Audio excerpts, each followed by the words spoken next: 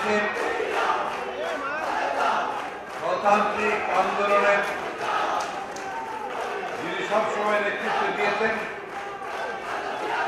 যার সঙ্গে গণতন্ত্র শব্দটি ওতপ্রোতভাবে জড়িত, আমাদের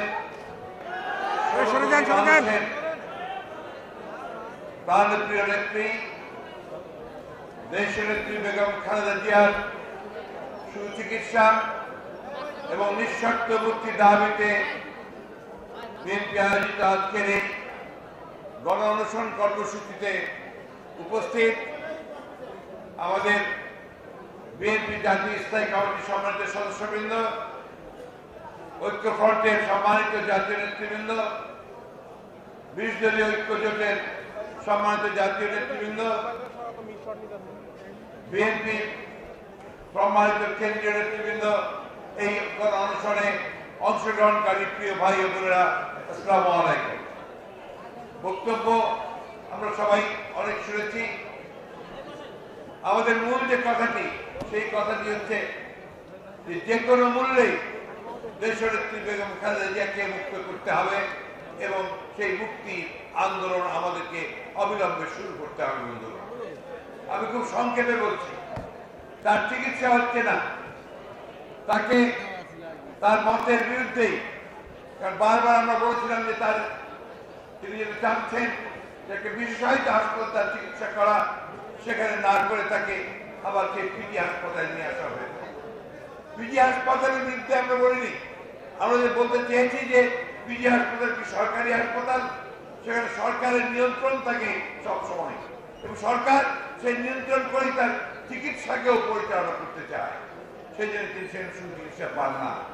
তাই আমরা বলেছি যে তাকে সুচিকিৎসার জন্য তার পছন্দ মতো একটা বিশেষায়িত হাসপাতালে তাকে চিকিৎসার সুযোগ দিতে হবে। আমরা বলছি যে তাকে নিঃশর্তভাবে মুক্তি দিতে হবে। আমরা কোনো প্যারোলের কথা বলিনি, আমরা তো পরিষ্কার ভাবে বলেছি যে জামিন পাওয়াটা তার অধিকার, কারণ যে মামলায়, মিথ্যা মামলায় তাকে জোর করে সাজা হয়েছে, সেই মামলায় অন্যান্য ব্যক্তিরা তারা সবাই কিন্তু জামিনে রয়েছে। আজকে কেন আপনি শুনেছেন দেশনেত্রীকে তারা বাইরে আনতেই ভয় পায়, কারণ দেশনেত্রী হচ্ছেন সেই নেত্রী তিনি গণতন্ত্রের জন্য সারাটা জীবন ত্যাগ স্বীকার করেছেন, কষ্ট করেছেন এবং মানুষকে গণতন্ত্র উপহার দিয়েছিলেন সেই 90 সালে, এবং একই সঙ্গে তখন তিনি সংসদীয় গণতন্ত্রকেও ফিরে নিয়ে এসেছিলেন। বন্ধুগণ, তাই আজকে কোনো বক্তব্য দিতে চাই না। দেশটাকে এরা একেবারে কারাগারে পরিণত করেছে। আমাদের 71 সালের মুক্তিযুদ্ধের যে চেতনা, সেই চেতনা গণতন্ত্রকে এরা ধ্বংস করে দিয়েছে, সমস্ত প্রতিষ্ঠানগুলোকে ধ্বংস করেছে, আমাদের সমস্ত অর্জনগুলোকে এরা দুলিশাত করে দিয়েছে।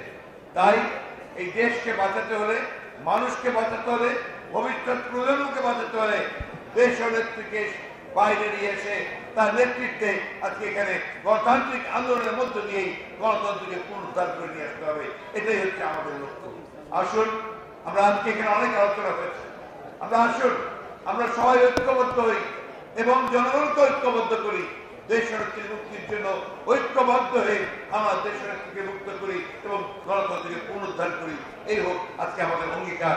আপনাদের সকলকে আজকে এই অনশনে অংশগ্রহণ করবার জন্য আন্তরিকভাবে ধন্যবাদ জানাচ্ছি। আমাদের শ্রদ্ধেয় অধ্যাপক, যিনি আজকে এই বয়সেও তিনি কলম নিয়ে কথা বলছেন, বিভিন্নভাবে কথা বলেন দেশের জন্য, মানুষের জন্য, আমাদের দেশনেত্রীর জন্য, গণতন্ত্রের জন্য। তিনি আজকে এসেছেন আমাদের এখানে, অধ্যাপক ইমাদুদ্দিন সাহেব, এবং আমাদের এখানে জাতীয় নেতৃবৃন্দ উপস্থিত ছিলেন। তাদের সকলকে ধন্যবাদ জানাচ্ছি আজকে অনশন এসে আমাদের এখানে সংহতি প্রকাশ করার জন্য। আপনাদের সকলকে ধন্যবাদ। আমরা এখন আমাদের সকলেই পানের মধ্য দিয়ে আমরা আজকে আমাদের অনশন কর্মসূচি সমাপ্তি